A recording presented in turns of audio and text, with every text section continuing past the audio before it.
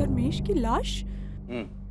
धर्मेश की लाश 2 दिन पहले बॉडी मिली है उसकी नासिक में। मर्डर हुआ है उसका। 2 दिन पहले? अक्टूबर 2017 से हितेश और धर्मेश कहाँ गायब थे? मेरी कुछ समझ में नहीं आ रहा है कि आप क्या बोल रहे हैं। मुझे तो ये भी नहीं पता कि धर्मेश और हितेश मिसिंग हैं। अब आप कह रहे हैं कि उसकी लाश मिली है। आखिरी बार पूछ रहा हूँ, 2017 में क्या हुआ था? तुम तीनों ने मिलकर किसे मारा था? हमने किसी को नहीं मारा सर। तुम भागी क्यों थी? अपना फोन नंबर क्यों चेंज किया? सर मैं भागी नहीं थी, मेरा फोन खो गया था इसलिए मैंने नया नंबर लिया था। सर मुझे सच में नहीं समझ आ रहा है कि आप क्या बोल रहे हैं। धर्मेश से तो अभी 10 दिन पहले मेरी बात हुई है और अब आप कह रहे हैं कि वो मिसिंग है, मर्डर। हितेश के साथ तुम्हारा क्या रिश्ता था? सर धर्मेश और मैं कॉलेज के दिनों से रिलेशनशिप में थे। इस आरती को ढूंढो किसी भी तरह से, क्योंकि फोरेंसिक के मुताबिक जो कंकाल हमें मिला था वो किसी फीमेल का नहीं, मेल का है, मतलब आरती का नहीं। उन दोनों की तरह ये भी हमारे साथ लुका छुपी का खेल खेल रही है। हो सकता है इन तीनों ने मिलकर किसी और को मार दिया।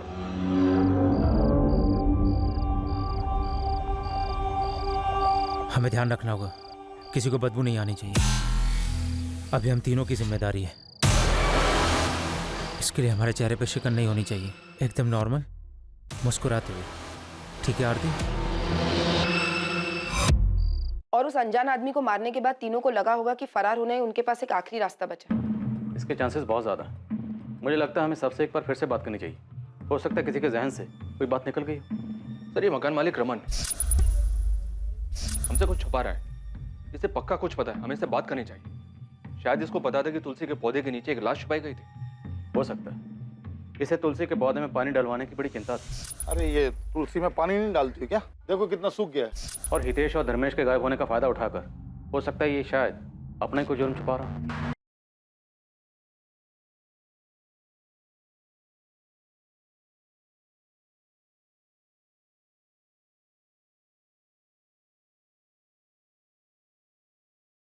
इन तीनों के ही ज्यादा चांसेस हैं, धर्मेश, हितेश और ये रमन। अब या तो इन तीनों में से किसी एक ने या इन तीनों ने मिलकर ये कांड किया। धर्मेश के कंसल्टेंसी वाले फ्रेंड तेजस को बुलाओ। मुझे लगता है उससे बात करके हमें कुछ सुराग जरूर मिलेगा। और धर्मेश और हितेश दोनों की फैमिली से कांटेक्ट करो। दोनों के माँ बाप को कहो कि उन्हें वापस से यहाँ सूरत आना होगा डीएनए सैंपल्स के लिए। अगर कोई ज्यादा नाटक करें तो बता देना। कंकाल मिला है जो किसी का भी हो सकता है। जी सर। और इस रमन को भी बुला लें? बुला लो। हो सकता है सबसे बड़ा झूठा यही क्राइम सीन वाले मकान का मालिक है। हो सकता है तुलसी के पौधे के लिए इतना बड़ा जो स्ट्रक्चर बनाया उसके पीछे इसी का दिमाग। तुलसी के पौधे के ढांचे में दबे हुए कंकाल का यह अजीबोगरीब मामला अपने अंजाम तक पहुंचने से काफी दूर था। पुलिस के पास आगे कोई रास्ता नहीं था, इसलिए उन्होंने नए सिरे से तहकीकात को आगे बढ़ाने का फैसला किया और इस बार भाग्य उनका साथ देने वाला था। उनकी पूछताछ उन्हें घटनाओं के सबसे चौंका देने वाले मोड़ पर ले जाने वाली थी। अरे कोकिला देखो तो किसका फोन है? नाम नहीं है, किसी लैंडलाइन से है। हेलो, राणा नगर पुलिस स्टेशन से एएसआई रीवा सेठ बोल रही। हाँ मैडम, धर्मेश और हितेश मिल गए क्या? नहीं, लेकिन इतना कंफर्म हुआ है कि जो कंकाल मिला है वो किसी आदमी का। क्या हुआ? क्या बोल रहे? हेलो? हाँ मैडम, उनकी कोई खबर आई क्या? नहीं हसमुख जी, लेकिन उनके किराए वाले मकान से जो कंकाल मिला था इतना कंफर्म हो गया है कि वो कंकाल किसी आदमी का है। उस कंकाल के आइडेंटिफिकेशन के लिए हमें डीएनए टेस्ट करवाना पड़ेगा, जिसके लिए आपका और कोकिला जी का डीएनए सैंपल चाहिए। अरे पर हम क्यों सैंपल देंगे? हमारा क्या लेना देना है डीएनए से? देखो वो आदमी कौन है क्या है हमें क्या पता। देखिए हसमुख जी, अभी तक हमें भी नहीं पता चला है कि किसका मर्डर हुआ है, लेकिन पूरी संभावना है कि हितेश या धर्मेश दोनों में से एक हो सकता है। संभावना है? मतलब अभी तक तुम लोग संभावनाओं पर ही टिके हुए हो? अभी कुछ दिन पहले तुमने अंदाजा लगाया था कि वो दोनों मर्डरर है और आज तुम अंदाजा लगा रहे हो कि वो दोनों विक्टिम है। हम ये बात नहीं कह रहे हैं कि वो कंकाल धर्मेश और हितेश के ही हैं, वो किसी और के भी हो सकते हैं, पर ये बात कंफर्म करने के लिए हमें डीएनए टेस्ट करना होगा ताकि शक की कोई गुंजाइश ना रहे। रूटीन प्रोसीजर है। हम सूरत आ जाएंगे। Thank you so much. क्या कह रही थी पुलिस? कुछ पता चला दोनों का? पुलिस कह रही है कि जो कंकाल उन्हें मिला है वो हितेश या धर्मेश में से किसी का हो सकता है।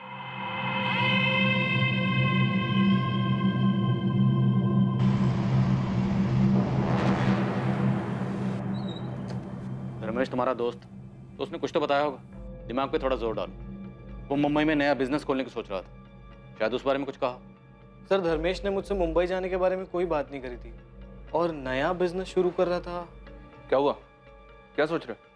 सर बात थोड़ी पुरानी है, पता नहीं आपके काम की है भी या नहीं। तेजस काम की है या नहीं है ये हम देखेंगे। तुम्हें जो भी पता है बताओ। सर एक बार धर्मेश ने मुझसे कहा था कि वो अपना फोटो स्टूडियो शुरू करना चाहता है। Dharmesh photo studio? हाँ सर, कॉलेज में उसने फोटोग्राफी का कोर्स भी किया था। फोटोग्राफी के बारे में तो हमें किसने कुछ नहीं बताया। सर 4 या 5 साल पुरानी बात है, जब उसने कंसल्टेंसी फर्म ज्वाइन करी थी तब उसने मुझे बताया था।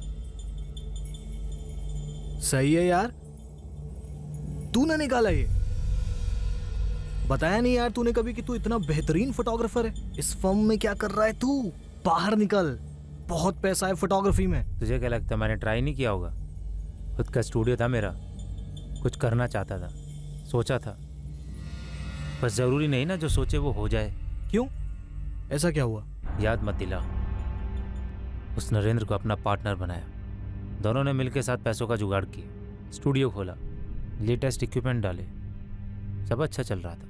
फिर पता नहीं किसी ने उसके कान भर दिए, धोखा दिया उसने मुझे।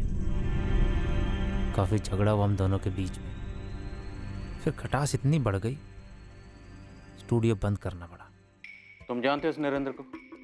इसके बारे में और कुछ बताया था? नहीं सर, धर्मेश ने बताया था कि वो उसका कॉलेज का फ्रेंड है। सर धर्मेश ने अपने कंपनी वाले रेज्यूमे में अपने कॉलेज का नाम Shankar Mulchandani college of arts and commerce लिखा है। तेजस, जिस झगड़े का जिक्र धर्मेश ने किया था वो बड़ा झगड़ा था, मतलब मारपीट हुई थी? वो तो पता नहीं, पर इस बारे में बात करते समय बहुत उदास हो गया था वो। ठीक है, हो सकता है इन्फॉर्मेशन हमारे कुछ काम की, लेकिन अगर तुम्हें कुछ भी याद आए तो तुरंत हमें कॉन्टेक्ट करना। Okay sir. उसके कॉलेज में पता करें सर, हो सकता है ये धर्मेश नरेंद्र के बैच का ही हो। हाँ पता करो, अच्छा खासा बिजनेस था, हो सकता है कि नरेंद्र की वजह से हाथ से निकला हो। किसी बहाने से बुलाया नरेंद्र को वहाँ पर सालों पुरानी भड़ास निकालने के लिए। अब मुमकिन है कि वो स्केल्टन नरेंद्र का। पता करता हूँ सर। जी नरेंद्र नाम का एक स्टूडेंट था हमारा, धर्मेश वगेला की ही क्लास में था वो। 2011 में ही ग्रेजुएट हुए थे दोनों। कोई कांटेक्ट नंबर या और कोई डिटेल है आपके पास? कांटेक्ट नंबर तो नहीं है, लेकिन एड्रेस है उसका। वो देहरादून से ही था। ठीक है, एड्रेस दीजिए।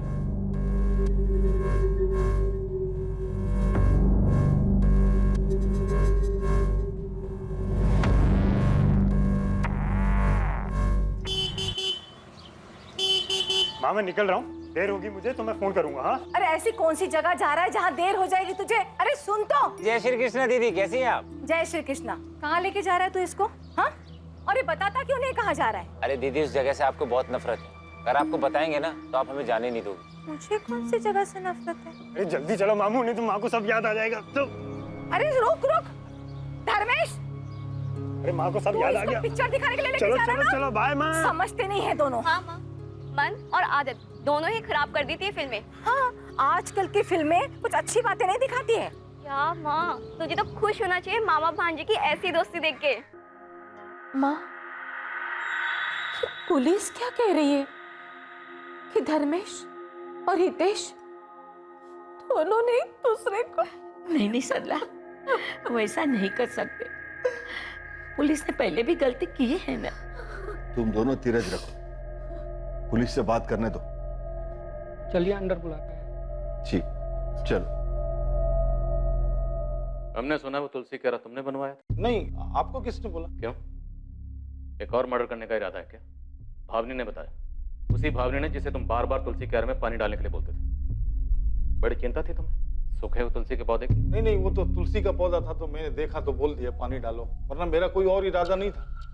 मैं क्यों बोलता इतने बड़े पहाड़ जैसे तुलसी क्यारे में पानी डालने के लिए? अगर वो तुलसी क्यारा तुम्हें इतने अजीब लग रहा था, पहाड़ जैसा लग रहा था, तो धर्मेश और हितेश के जाने के बाद उसे तोड़वाया क्यों? अरे वो तो मैंने इसलिए नहीं तोड़वाया कि इतना मजदूर लगते, 1000-1500 खर्चा हो जाता मेरा, तो मैं सोचा कि जो किराए पे आएगा वो अपने आप करा लेगा, उसका सिर दर्द। प्लान अच्छा था, और तुम भूल गए कि तुम्हारा भांडा तो एक न एक दिन फूटना ही था, और ये काम किया विद्या और मुकुंद ने। और वो तुलसी क्यारा तुमने इसलिए नहीं तोड़वाया क्योंकि तुम जानते थे कि उसके अंदर क्या है। तुमने सोचा मौका अच्छा है, अनजान बन के पीछे छुड़ा लेता हूँ। नहीं, मैं कसम खा के बोल रहा हूँ, मेरे को कुछ नहीं मालूम था कि उसके अंदर क्या कोई लाश है कि कंकाल है, मालूम नहीं था। मालूम होता तो मैं क्यों तोड़वाने को बोलता, अपने पैर पे कुल्हाड़ी क्यों मारने को बोलता मैं?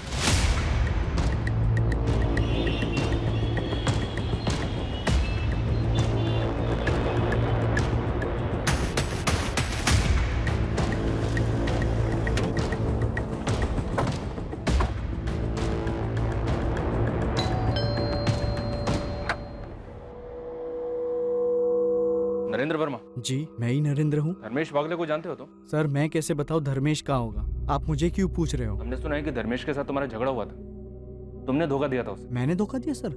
सर सच बात तो ये है कि वो खुद एक धोखेबाज था। यही देहरादून में फोटोग्राफी स्टूडियो शुरू किया था हमने।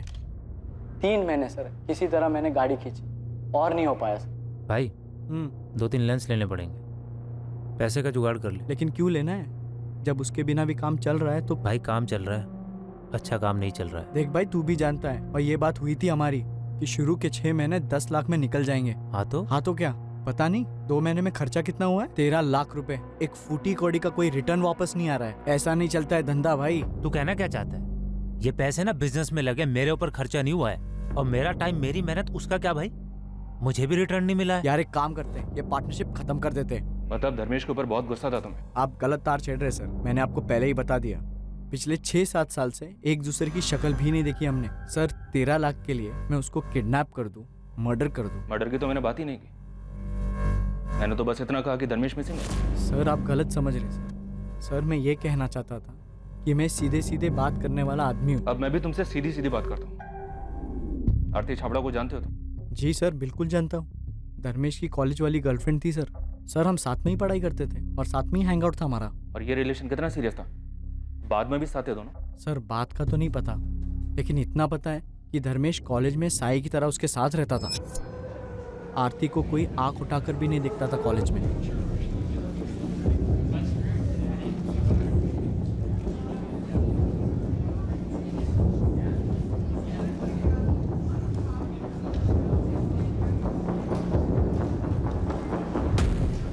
एक मिनट,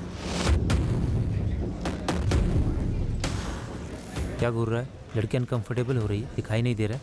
ओ बॉडीगार्ड, तू जाना अपना काम कर। बंदी है मेरी वो, ऊपर से अकड़ भी दिखा रहा है। प्यार से समझा रहा हूँ ना, मत कूद। ओ बॉडीगार्ड, मैं तो घूरूंगा,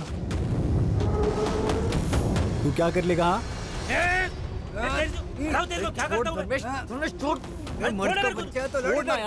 अरे छोड़ना यार। क्या तुम बता सकते हो आरती हमें कहाँ मिल सकती है? सर अब वो कहाँ होगी ये तो नहीं पता, लेकिन मैं आपको उसके घर का पता दे सकता हूँ, यही देहरादून में। एड्रेस दो उसका। जहां एक तरफ देहरादून गई पुलिस अब तक हाथ ना आने वाली आरती चावड़ा तक पहुंचने के करीब थी, वहीं दूसरी तरफ सूरत में कुछ चौंकाने वाले घटनाक्रम सामने आने वाले थे जो पुलिस के सामने सवालिया निशान की तरह खड़े होने वाले थे। क्या थी ये खबर? क्या ये खबर इस केस की दशा और दिशा दोनों बदलने वाली थी? सर, नासिक पुलिस का फोन आया था। 2 दिन पहले नासिक में मंगोल नाका के पास उन्हें एक आदमी की डेड बॉडी मिली।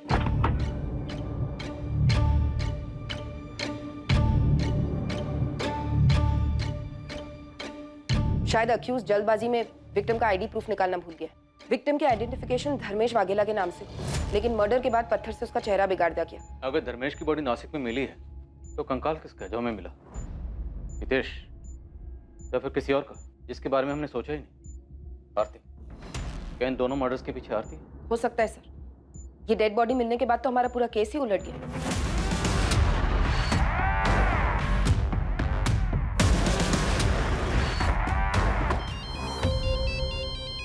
अरे वाह, बोलो। व्हाट? धर्मेश की डेड बॉडी मिली है? आरती के घर पहुंच गया हूं मैं, देखता हूं यहां से क्या मिलता है। जी, हमें आरती से बात करनी है। आप? Sub inspector Sunil Goradia, Gujarat police. लेकिन वो तो सूरत में ही रह रही है सर, पिछले 3 सालों से। सूरत में किस जगह? धर्मा रोड के पास। आरती काम क्या करती है वहाँ? जी सर, वो HR मैनेजर है। किसी धर्मेश को जानते हैं आप लोग? धर्मेश? नहीं सर। ताजू, आपको नहीं पता? कौन है ये धर्मेश सर? धर्मेश आरती का बॉयफ्रेंड है। तुम्हें कुछ पता था इसके बारे में? नहीं जी, मुझे भी अभी पता चल रहा है। पर हुआ क्या सर? धर्मेश की डेड बॉडी मिली हमें, और उसका भांजा हितेश मिसिंग है। जिस घर में धर्मेश और हितेश किराए पर रहते थे, हमें पहले वहाँ कंकाल मिला, और अब धर्मेश की बॉडी। इन सबसे आरती का क्या लेना देना सर? भरत जी, आरती सूरत में एक ऐसी अकेली इंसान है जिसे धर्मेश और हितेश जानते थे। मैं आरती को फोन करता हूँ सर। नहीं, आप उसे कॉल नहीं करेंगे। उसका कॉन्टैक्ट नंबर और एड्रेस हमें दीजिए, और जॉब डिटेल्स भी। तो ना, इसमें आरती की ही भलाई है। अगर हमारे यहाँ से जाने के बाद आप उसे इन्फॉर्म नहीं करेंगे तो। ये क्या बोल रहे हैं आप? क्या हुआ? किसका फोन था? पुलिस बोल रही है कि धर्मेश की लाश मिली है। जी सर, आरती के पेरेंट्स तो बता रहे हैं कि वो सूरत में ही है। उसका एड्रेस और फोन नंबर मिला है। रीवा गई है उसे उठाने उस एड्रेस पर। जल्दी।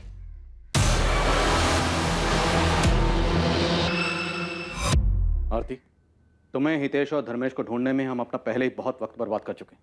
अब हमारा और वक्त बर्बाद मत करना। अगर अपनी सलामती चाहती हो तो बता दो कंकाल किसका था। कंकाल? हाँ, कंकाल। किसका कंकाल?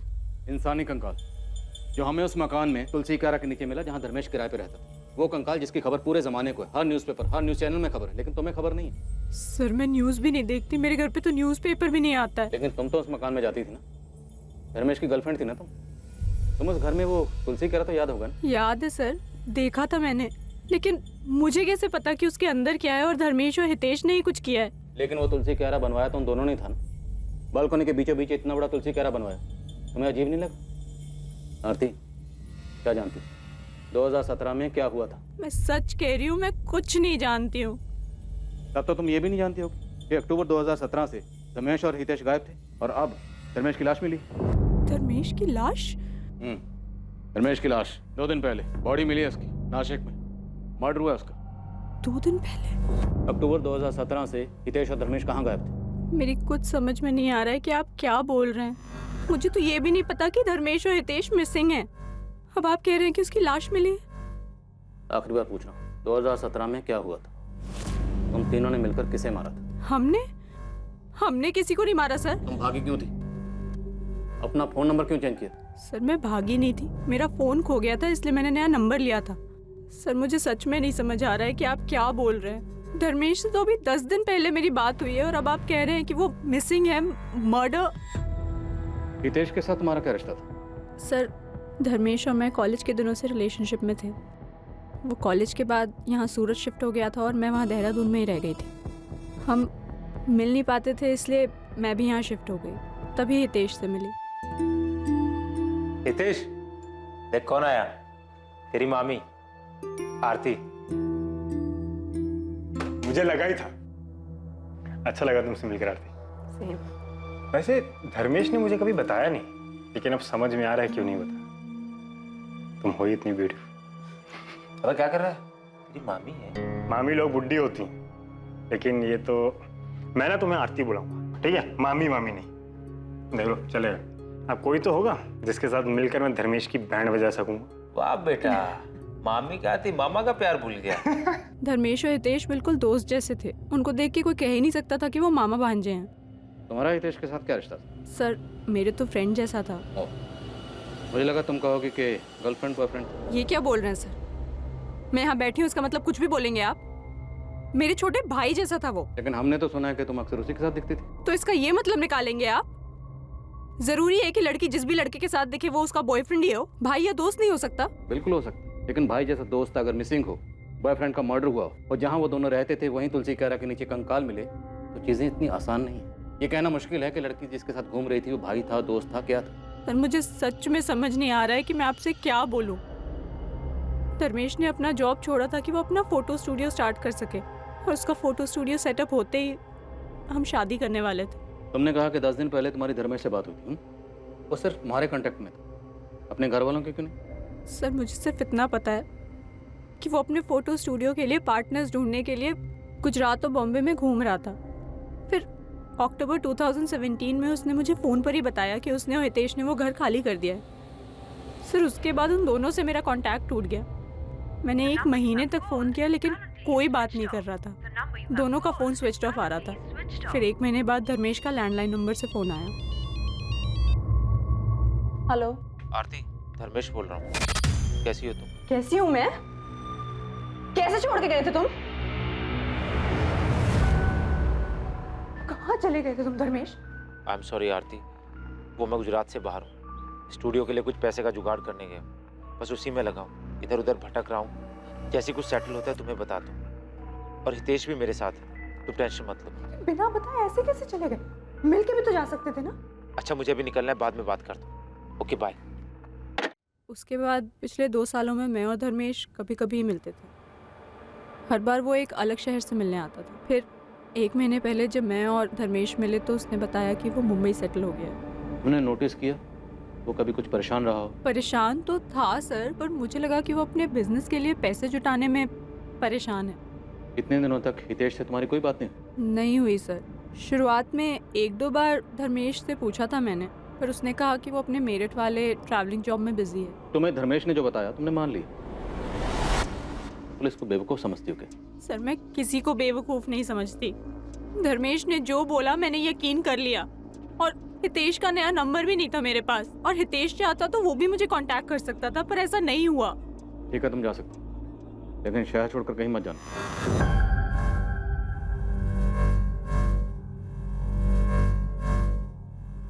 झूठ बोलिए लड़की। हाँ सर, जवाब देते वक्त कुछ और ही सोच रही थी। जब धर्मेश और हितेश के गायब होने के बारे में पूछा तो बात घुमा दी, और लड़की के चेहरे और आंखों में वो तकलीफ बिल्कुल नहीं है जो एक लड़की के अपने बॉयफ्रेंड और होने वाले पति की मौत की खबर सुनकर होनी चाहिए।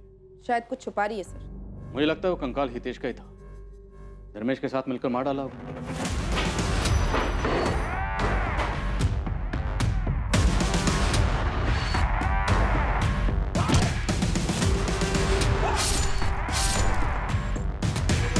अब क्यों मारा, क्या वजह थी, ये हमें ये आरती बता सकती है। फिर हमें कंकाल मिला। आरती और धर्मेश को पता चल गया होगा कि पुलिस उनको ढूंढ रही है। बात हितेश के मर्डर की थी तो हो सकता है धर्मेश को गिल्ट फील हुआ हो। अब बर्दाश्त नहीं होता। तुम्हें नहीं आना बताओ, तुम्हें कुछ नहीं होगा। मैं सरेंडर करने जा रहा हूं। नहीं धर्मेश, ऐसा कुछ नहीं करोगे तुम। ऐसा सोचना भी मत। पूरी जिंदगी जेल में काटनी पड़ेगी। और तुम्हें क्या लगता है ये सरेंडर कर देने से तुम्हारा गिल्ट कम हो जाएगा? नहीं, अब ऐसे एटलीस्ट हम साथ तो रह सकते हैं ना। कुछ दिनों में ना ये मामला भी सारा ठंडा पड़ जाएगा। तुम पहले शांत हो जाओ। तुम्हें लगता है मामला ठंडा पड़ जाएगा आरती? ये कोई चोरी और 420 का केस नहीं, ये मर्डर है। मैं चाह रहा हूँ सरेंडर करने। मैं जा रहा हूँ आरती। नहीं धर्मेश, लेकिन अगर धर्मेश पुलिस से कन्फेस करता तो आरती को पता था कि आरती भी जुर्म में शामिल है। सजा उससे भी होगी, जो शायद आरती को मंजूर ना होगा। तो हो सकता है इसीलिए आरती ने धर्मेश को मार डाला या मरवा डाला। धर्मेश को मारना पड़ेगा, लेकिन हाँ ध्यान रहे एक्सीडेंट लगना चाहिए।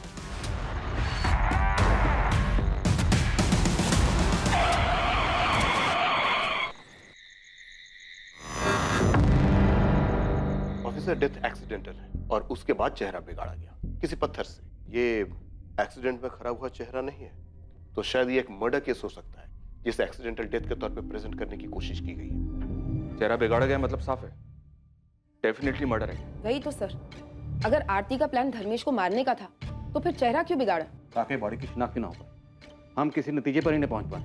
हम धर्मेश को ढूंढते रहते और धर्मेश हमें कभी मिलता ही ना, और ये आरती हमारे सामने बेचारी गर्लफ्रेंड की एक्टिंग करती रहती। हमें यही कहती कि मेरा प्रेमी मुझे धोखा देकर भाग गया और मर्डर कर दिया उसने, और हमें भी यही लगता कि बेचारी गर्लफ्रेंड कितना सच बोल रही, जबकि उसका असली सच हमारे सामने कभी ना आता। सर, हमने कहीं आरती को छोड़कर गलती तो नहीं कर दी?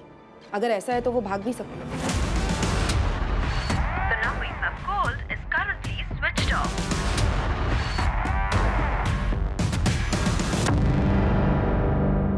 मुझे नहीं लगता आरती भागेगी। ये खेल उसने शुरू किया है कि उसे पूरा करेगी। एक काम करो, इसका फोन सर्विलेंस पर डालो और इस पर हर वक्त नजर रखो। ये कोई ना कोई गलती जरूर करेगी। इसके पीछे लग जाओ साई की तरह, चुपचाप, कोई आहट नहीं। सर,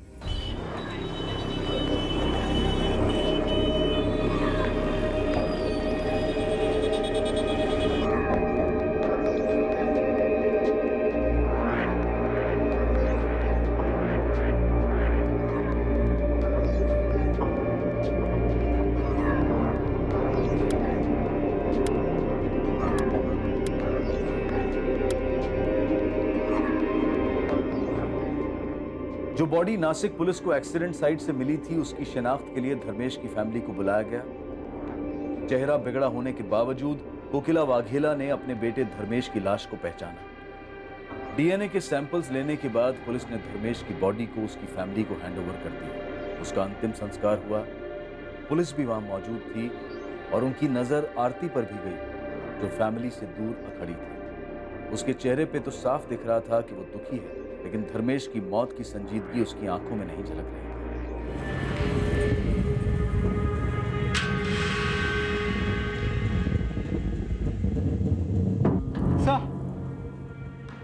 सर डीएनए रिपोर्ट आ गई।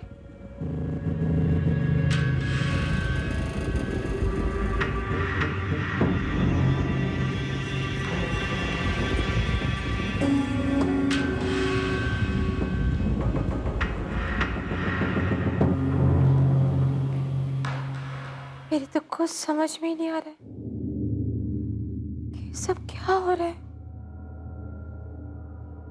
कौन मारेगा धर्मेश को? और ये हितेश कहाँ चला गया? अपने मामा के अंतिम संस्कार में भी नहीं आया। क्यों भाग रहा है ये हितेश? कहीं इसने तो धर्मेश को नहीं मारा? माँ, आपको ऐसा लगता है कि वो दोनों मर्डर कर सकते हैं? मैं नहीं मानती कि धर्मेश मामा और हितेश भैया एक दूसरे के साथ ऐसा करेंगे। जरूर उनके साथ कुछ गलत हुआ है। बस एक बार हितेश भैया मिल जाए।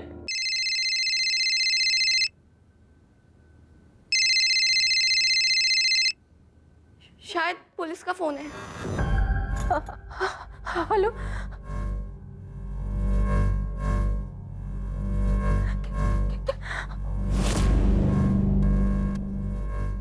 माँ, क्या हुआ माँ? बोलो माँ। सरला, क्या कह रही थी पुलिस? वो कंकाल हितेश का ही है। कंकाल की आइडेंटिटी के खुलासे ने केस को पलट कर रख दिया था। जहां शुरुआत में हितेश सोलंकी और धर्मेश वगेला मर्डर के जुर्म में मुख्य संदिग्ध थे, वहीं अब दोनों पीड़ित करार हो चुके थे। कंकाल हितेश का था, यह तो साबित हो चुका था, लेकिन क्या सच में धर्मेश की मौत भी एक्सीडेंट की आड़ में एक मर्डर था? आखिर 2 साल पहले ऐसा क्या हुआ था? इन 2 सालों में धर्मेश कहां था? और सबसे ज्यादा जरूरी सवाल ये कि इन दोनों की हत्या की साजिश के पीछे कौन था? पुलिस इन सवालों के जवाब तलाशने में लगी हुई थी और इस वक्त उन्हें आरती चावड़ा पर ही सबसे ज्यादा शक था। क्या पुलिस वाकई सही दिशा में थी या फिर इन सब के पीछे कोई और ही था जो पर्दे के पीछे से अपनी उंगलियों पर सभी को कठपुतली की तरह नचा रहा था? सर, आरती अपने घर से निकल चुकी, हमारी कांस्टेबल लगी है उसके पीछे। आरती को उठा लेते हैं सर। नहीं सुनिए, ये आरती कोई बड़ा गेम खेल रही, खेलने दो इसे, लेकिन आंख नाक कान मुंह सब खुले रखो। ये आरती कोई ना कोई गलती जरूर करे।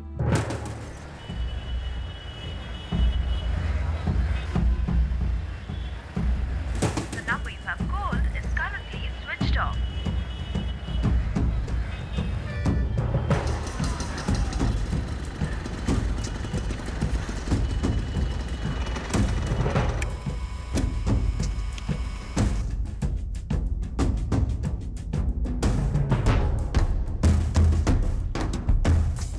આપે જે નંબર ડાયલ કર્યો છે તે પહોંચની બહાર છે। पिछले कुछ दिनों से काफी परेशान हूँ। मैंने पूछा भी, लेकिन कुछ बताती ही नहीं है। चुप छुपाकर किसी के साथ फोन पर बात करती है क्या? सर, किसी से बात होती है या नहीं होती ये तो मुझे नहीं पता, लेकिन मैंने उसे बार बार फोन करते हुए देखा है। कभी उदास हो जाती है और ज्यादातर चिड़चिड़ी रहती है। कोई अंदाजा है आपको कौन है वो जिसे फोन करती है? नहीं सर, इससे ज्यादा कुछ नहीं पता।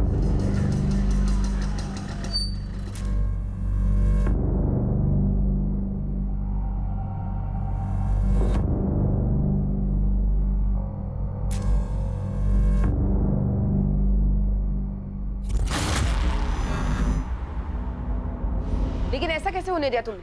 वो गायब कैसे हो गई? बहुत ही चालाक औरत है ये आरती। पता नहीं उसे कैसे शक हो गया कि मैं उसका पीछा कर रही थी। मैडम टेंशन मत लो, फिर भी मैंने उसका पीछा किया है। ज्यादा दूर नहीं गई है वो, यही एक रेस्टोरेंट के अंदर बैठी है मैडम।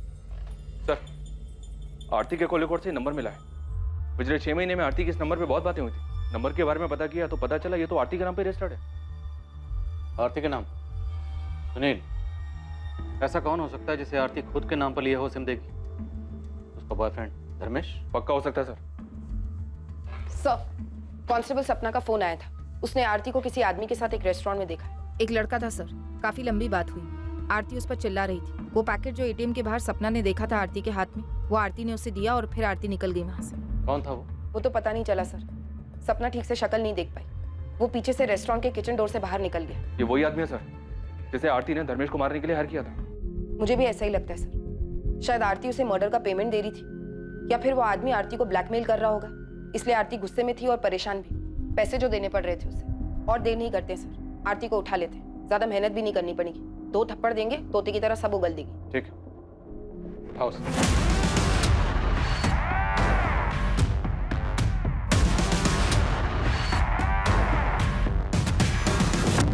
तो तुमने धर्मेश को मरवाया। जिस शख्स से मरवाया उसके मुंह में पैसे ठोसे थे, लेकिन वो तुम्हें ब्लैकमेल कर रहा है, इसलिए आजकल इतनी परेशान हो। लेकिन जितनी परेशान आजकल हो तब तो नहीं थी जब धर्मेश की मौत की खबर तुम्हें सुनाई थी। गर्लफ्रेंड थी, दोनों के बीच में प्यार मोहब्बत था, फिर भी धर्मेश की मौत की खबर सुनकर तुम हैरान जरूर हो, लेकिन तकलीफ नहीं। तुम्हें आइडिया है कि क्या हुआ होगा? तुमने और धर्मेश ने मिलकर हितेश को मार डाला, लेकिन जब हितेश का कंकाल मिला धर्मेश घबरा गया, डर गया और सरेंडर करने की बात करने लगा। अब तुम्हें लगा कि अगर धर्मेश ने सरेंडर कर दिया, उसने अपना जुर्म कबूल कर लिया, तो तुम भी लपेटे में आओगे, इसलिए तुमने धर्मेश को मरवा डाला। बोलो, तुमने और धर्मेश ने मिलकर हितेश को क्यों मारा? तुम्हारे धर्मेश और हितेश के बीच में क्या हुआ था? अपने आप मुंह खोलेगी या जबरदस्ती करनी पड़ेगी? बोल, धर्मेश को कैसे और क्यों मारा? बताती हूँ। मैंने किसी को नहीं मरवाया। जैसा आप सोच रहे हैं वैसा बिल्कुल नहीं है। मेरा किसी के मर्डर में कोई हाथ नहीं है। तो किसका हाथ है? गोल गोल मत घुमाओ, सीधा मुद्दे पे आओ। धर्मेश का है। धर्मेश का? तो तुम्हारी ये लव स्टोरी मर्डर मिस्ट्री में कैसे तब्दील हुई? तुमने और धर्मेश ने मिलकर हितेश को क्यों मारा? सर, मैंने किसी को नहीं मारा। इनफैक्ट मुझे तो ये भी नहीं पता था कि वो आप लोगों से छुपकर यहाँ वहाँ घूम रहा है। फिर उस दिन जब आप लोगों ने बताया कि उसकी लाश मिली है तो मैं खुद शॉक में थी। मेरी अभी तो उससे बात हुई थी। अभी बात हुई मतलब? सर, उस दिन जब आपने मुझे बताया कि धर्मेश की लाश 11 तारीख को मिली, और मेरी खुद उससे फोन पे 12 तारीख को बात हुई। धर्मेश जिंदा है तो वो कौन था जिसकी बॉडी नासिक में मिली? तुमने और धर्मेश ने मिलकर किसे मारा? सर, मैंने किसी को नहीं मारा। किसने मारा? सर, मैंने किसी को नहीं मारा। मुझे तो खुद समझ नहीं आ रहा है कि ये सब क्या हो गया है। तो ये सब कुछ तुमने उस दिन क्यों नहीं बोला पुलिस स्टेशन में? क्योंकि प्यार करती हूँ मैं उससे। मैं खुद पूछना चाहती थी, उसके मुंह से सुनना चाहती थी कि उसने आखिर किया क्या है। उस दिन यहाँ से निकलने के बाद मैं उसका फोन ट्राई कर रही थी, लेकिन उसका फोन बंद आ रहा था। इसी बात की तसल्ली करने के लिए मैं उसके अंतिम संस्कार में भी गई। आखिर वो बॉडी है किसकी? धर्मेश की तो नहीं है। कल सडनली उसका मुझे फोन आया तो मैंने उसे मिलने के लिए कहा। पैसे लाई हो? हाँ, लाई हूँ। और हितेश कहाँ है? कुछ बोल क्यों नहीं रहे हो? कहाँ है हितेश? और वो कंकाल किसका था? कुछ तो बोलो। पुलिस मुझे परेशान कर रही है। मैंने भरोसा किया है तुम्हारा, प्यार करती हूँ तुमसे। क्या किया है तुमने? प्लीज बताओ। बहुत बड़ी गलती हो गई। कैसे बताओ? मैंने हितेश को मार दिया। वो कंकाल भी हितेश का है। तो पुलिस जो बोल रही है वो सच है? इन्हीं हाथों से मारा हितेश को, और कोई रास्ता नहीं बचा था। उसे मारने के बाद मैं बहुत डर गया था। समझ ही नहीं आ रहा था कि उसकी डेड बॉडी के साथ क्या करूं। फ्लैट से बाहर तो बिल्कुल नहीं ले जा सकता था उसको। फिर मेरी नज़र हितेश के बनाए उस बड़े से तुलसी क्यारा पर पड़ी।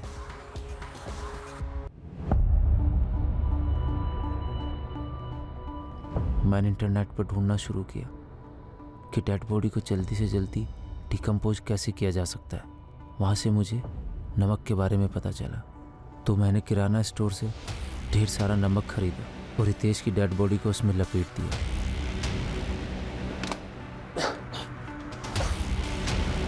फिर मैंने हितेश की बॉडी को अपने ही हाथों से दफना दिया।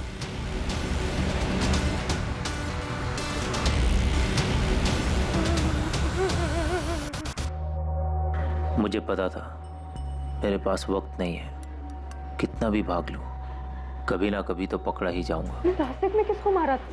किसकी बॉडी थी धर्मेश? उसको मैंने नहीं मारा था, एक्सीडेंट हुआ था उस आदमी का। मुझे कोई अंदाजा नहीं है कि वो आदमी कौन था। वो मर चुका था। मुझे लगा कि वो मरा हुआ आदमी मुझे बचा सकता है। मैंने पहले पत्थर से उसका चेहरा खराब किया और फिर आईडी कार्ड के साथ अपना वॉलेट उसकी जेब में रख दिया। मेरी लाश मिलने पे सारा बवाल ही खत्म हो जाता। पुलिस किसी नतीजे पे पहुंचती ही नहीं, केस ही बंद हो जाता। पर तुमने ऐसा किया ही क्यों? क्यों मारा हितेश को? मुझे बहुत अफसोस है इस बात का। बहुत बड़ा पाप हो गया मुझसे। हम यहाँ से भाग चलते हैं कहीं दूर, बहुत दूर। मैं जानता हूँ मुझसे जो हुआ है उसे भुलाना बिल्कुल भी आसान नहीं। फिर तुम सच में मुझको एक मौका दो। मैं सच में तुमसे बहुत प्यार करता हूँ। आरती, कोई जल्दी नहीं है, समझ लो। जब तुम्हें जवाब देना है तब देना, मैं कॉल करूँगा। धर्मेश ने तुम्हें पूरी राम कहानी तो सुना दी, पर यह नहीं बताया कि उसने हितेश को मारा क्यों। नहीं बताया, नहीं बताया। आरती ने जो पुलिस को बताया, क्या वो वाकई में सच था? क्या सच में धर्मेश ने अपने जिगरी दोस्त, अपने भांजे हितेश की हत्या की थी? क्या धर्मेश ने इस हत्या को अकेले अंजाम दिया था, या फिर कोई और भी इसमें शामिल था? शायद सच सामने आ चुका था, लेकिन इस हत्या का मकसद अब भी एक राज ही था, जिसे केवल धर्मेश जानता था, और वो अब भी फरार था।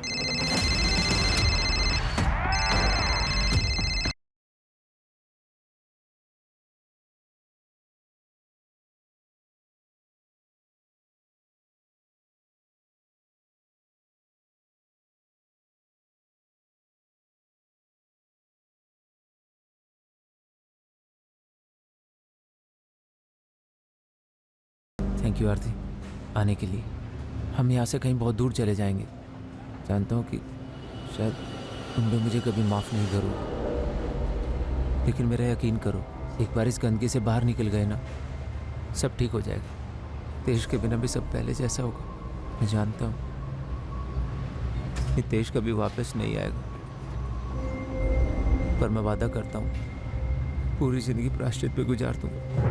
प्रायश्चित तो तुम्हें पूरी जिंदगी करना ही है, ज़्यादा दूर नहीं, यहीं सूरत की जेल में। चले, अब चोर सिपाही का खेल बहुत हो गया। अब बस, इससे पहले कि मेरे सब्र का बांध टूटे और तेरी हड्डी पसली तोड़े, सब कुछ सच सच बोल दे। मुझे बहुत अफसोस है, मैंने अपने दोस्त जैसे भांजे हितेश को मार डाला।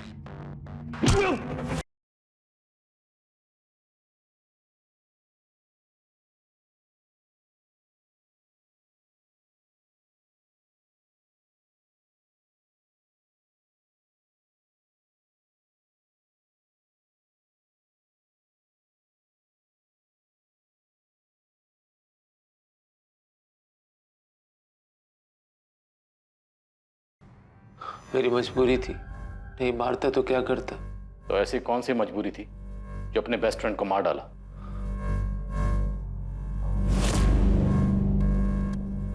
शुरू से ही हितेश आरती के साथ मजाक करने लगा था, तब मुझे कोई तकलीफ नहीं हुई। फिर धीरे धीरे मैंने देखा कि आरती ने भी हितेश में इंटरेस्ट लेना शुरू कर दिया। मैंने फिर भी कोई सवाल नहीं किया, लेकिन उनके बीच की करीबी खुल के सामने आने लगी थी।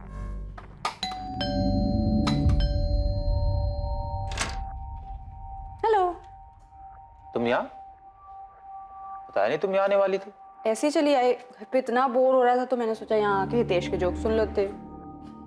चल।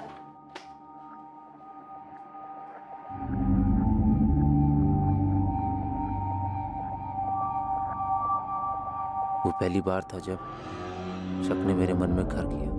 उसके बाद आरती घर आने लगी थी मेरी गैर मौजूदगी में। मुझे उनके बीच की नजदीकियां साफ साफ दिखाई देने लगी थी। हितेश भी बदल गया था।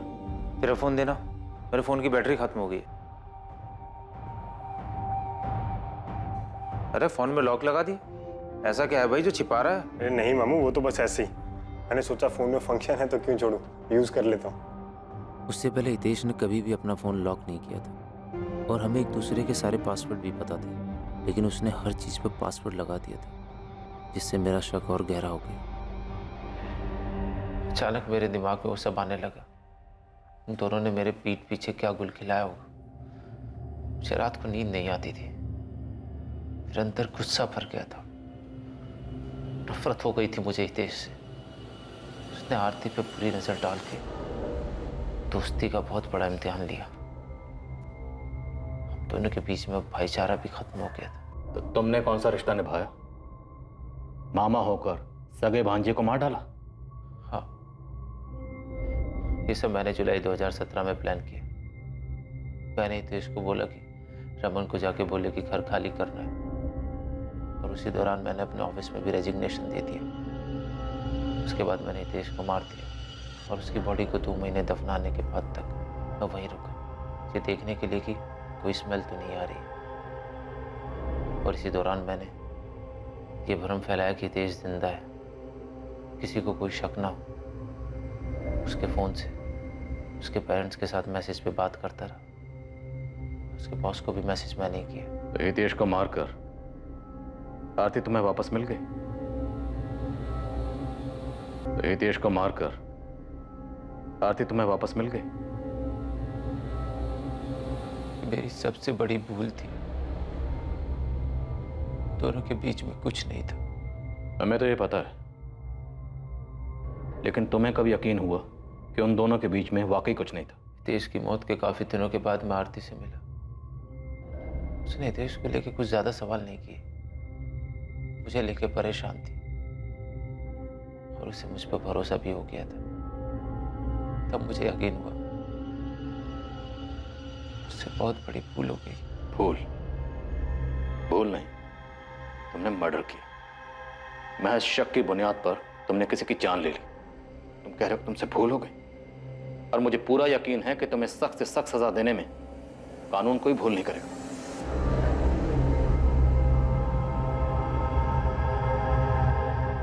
करने से पहले मुझसे तो पूछ लेते।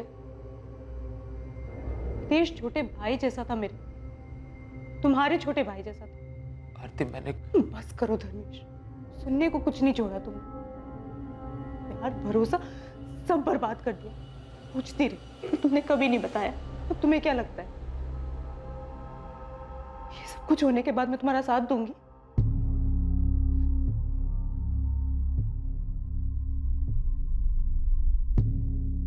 धर्मेश पर 2 केसेस के चार्जेस लगे।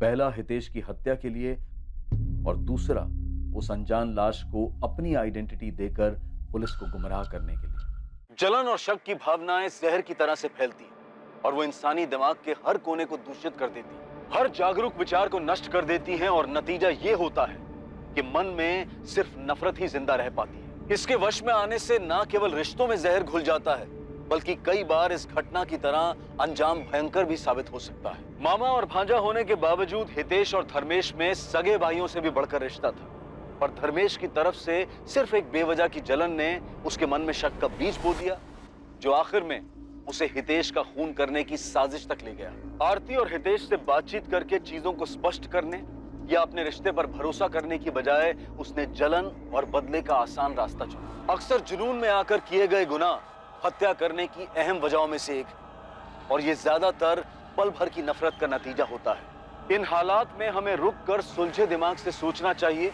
और परिस्थितियों का हल निकालने की कोशिश करनी चाहिए।